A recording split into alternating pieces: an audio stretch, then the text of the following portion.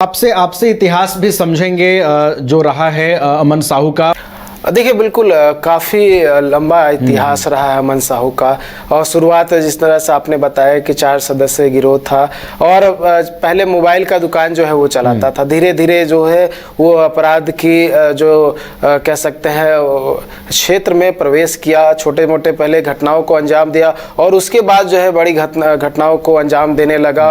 और उसके बाद जो है एक बड़ा गिरोह तैयार हो गया, नहीं सिर्फ उसके ज़िले में बल्कि पूरे झारखंड में एक जो है छोटा छोटा गिरोह जो है बनकर वो बड़ा गिरोह तैयार हो गया था। और उसके बाद जो है बड़ी बड़ी घटनाओं को उसने अंजाम देने का काम किया, चाहे हत्या हो, चाहे लेवी वसूलना हो या फिर रंगदारी के बदले जो है पैसे लेना हो, तमाम तरह के जो आपराधिक घटनाएं हैं उसने अंजाम दिया। और हत्या और रंगदारी के मामले में वो कई बार जो है जेल जा चुका था और अभी जो है फिलहाल वो जेल में ही था और उसके बाद जो है लाया जा रहा था। उसके साथ साथ अगर जिस तरह से शशांक ने बड़का गांव का जिक्र किया, बड़का गांव से जो अमन साहू है वो पिछले बार चुनाव भी लड़ना चाह रहा था, यानी विधानसभा चुनाव भी लड़ना चाह रहा था। और उसने हाईकोर्ट में एक याचिका भी दाखिल किया था और उस याचिका के माध्यम से जो उस पर मुकदमे हैं, जो उस पर सजा है, उस पर रोक लगाते हुए वो चाहता था कि हाईकोर्ट से उसे परमिशन मिल जाए और वो बड़का गांव क्षेत्र से चुनाव लड़ पाए।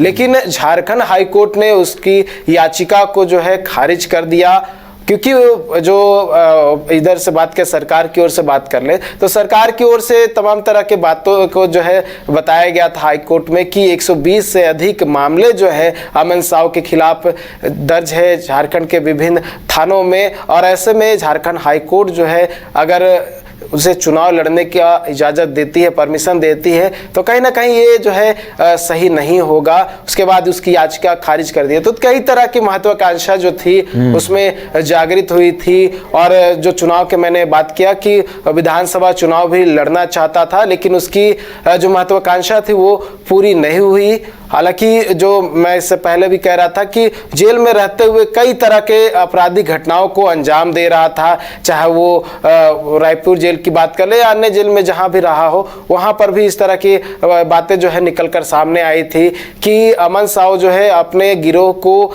जेल से ही चला रहा है। जेल से कुछ ऐसे लोग हैं जो अंदर जाते हैं और छोटे मोटे घटनाओं को अंजाम देते हैं, अंदर जाते हैं और उसके बाद कुछ महीनों के बाद वो छूट जाते हैं और उनके माध्यम से कहीं ना कहीं जो मैसेज है वो पहुंचाने का काम जो है अमन साहू करता था। इस तरह के कई मामले जो है वो निकलकर सामने आए थे। तो कहीं ना कहीं ये जो था ये झारखंड पुलिस के लिए एक कह सकते हैं बहुत बड़ा सफलता है, बहुत बड़ी सफलता है, क्योंकि ये जो था एक नाक जो एक बोलते हैं कि दम किए हुए था वो काम कर रहा था अमन साहू। उसके साथ साथ कई और भी अपराधी है, लेकिन उन अपराधियों में से एक अमन साहू जो कि दहशत का क्षेत्र झारखंड में पैदा किए हुए था।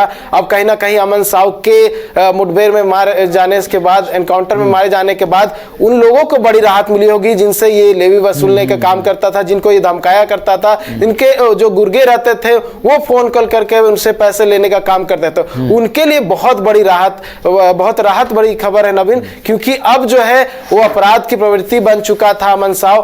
अब अमन साहू नहीं रहा।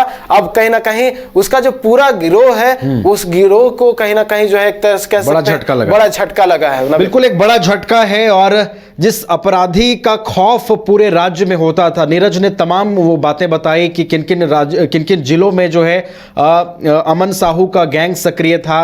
लेवी, रंगदारी के अलावा लूटपाट जैसी कई घटनाएं भी अमन साहू के जो गुर्गे हैं वो अंजाम देते थे।